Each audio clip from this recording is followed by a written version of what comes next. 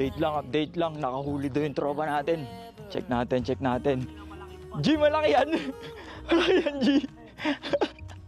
Nasaan? Yo, buong capsule mawala na kuryente. Pag sumiyak.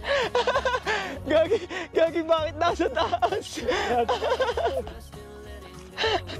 Puti, isda nasa taas. Paano napunta yan dyan? Nagulat din ako yung nasa tubig na siya na ulit, di ba? Ibabalik ko.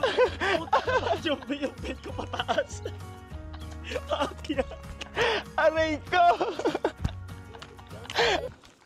Ay. Eto na talagang sinyales. Para mag-quit na kami mag-fishing, mga G. Puta na. 3 hours na kami dito. Wala pa rin kumakagat kahit isa. Binato ko na lahat ng bait ko, mga G.